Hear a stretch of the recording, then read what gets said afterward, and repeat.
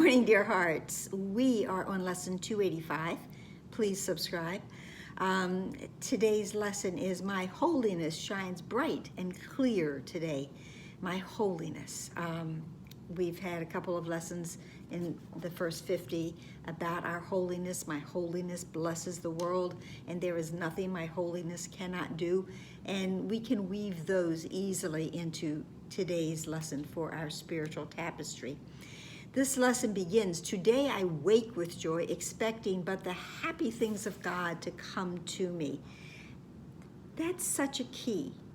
As we wake up, before we take our head off of that pillow, I almost said the head, but it is the head off of our pillow. Where's my mood? Am I waking up expecting joy, or am I waking up going, it's another day, and upset and depressed that there's another day to face? I've said in my classes from years ago that I have found that if I wake up in a bad mood, it's amazing the number of people that I meet throughout my day that happen to be in that same bad mood, because everything that we are experiencing within ourselves, we are either projecting or extending. If I'm in a bad mood, I'm projecting that bad mood onto others, and it is that boomerang effect. Remember, all that I give, I receive. That's it. I'm giving out that bad mood. I'm receiving it right back. But if today indeed I wake with joy and expecting but the happy things of God to come to me, and that is how I am. This is how I'm walking out into this world, with joy in my heart, in my mind, lovely words coming from my mouth, greetings to others, smiles. I will receive them back. And it will be just like that pebble in the pond that goes out and extends and extends. Don't know where those ripples go, but they will be ripples of joy and not ripples of unrest. I ask but these happy things, these joyous ideas and thoughts to come to me, and realize my invitation will be answered by the thoughts to which it has been sent to me. Exactly what I give, I receive. And I will ask for only joyous things the instant I accept my holiness, the instant, the moment that I realize that I am as God created me, that God's holiness is mine as well. We are holy because of our celestial DNA. We are the extensions of God. We are holy because God is. He is our source, our creator, our Father. We have within us the same characteristics and attributes as our Creator. For what would be the use of pain to me, and what purpose would my suffering fulfill? And how would grief and loss avail me if insanity departs from me today and I accept my holiness instead? So this is an extension really from yesterday, and then I had mentioned lesson 152. Yesterday was that loss is not loss if properly perceived.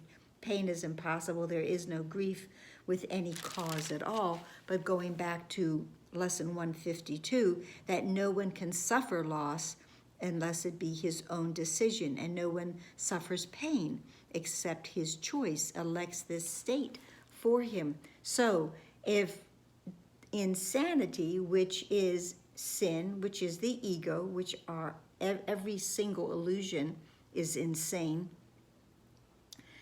if I let that go, if it departs from me, it simply is, I drop it, it disappears, then I have no use for grief and pain and loss.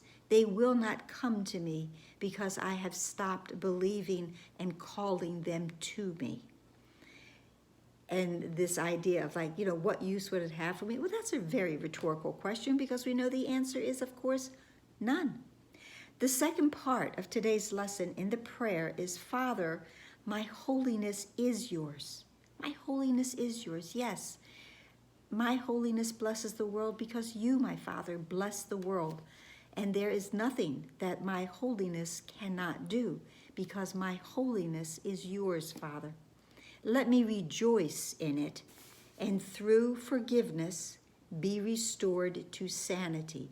The way to God is through forgiveness here. There is no other way. Forgiveness restores my sanity to me because it changes, it shifts. It's that last illusion that shifts and lets all other illusions disappear. And now I am sane again.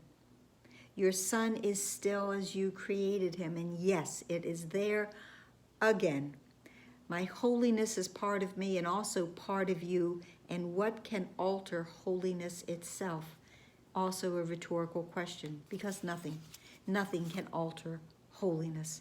So the pain and joy will not coexist. There are many things within the Course that we know do not coexist. Sanity and insanity do not coexist. There is one or the other. Love or fear. Nothing or everything. We choose. Pain and joy, as I said, choose. Love and guilt, choose. Creation or darkness. Oneness or sickness.